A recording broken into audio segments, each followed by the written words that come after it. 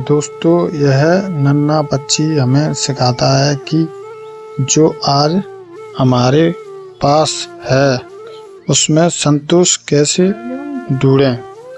ना कल की चिंता, ना कल का डर, बस आज का यह मीठा फल। जीवन की भाग-दौड़ में थोड़ा ठहरिए और इस शांति को महसूस कीजिए। मुस्कुराइए क्योंकि प्रकृति आपको देख रही है। संतोष ही सबसे बड़ा धन है। अगर आपको यह वीडियो पसंद आए और आप ऐसी ही और मोटिवेशनल बात सुनना चाहते हैं और हमारे चैनल मोटिवेशनल स्पीच को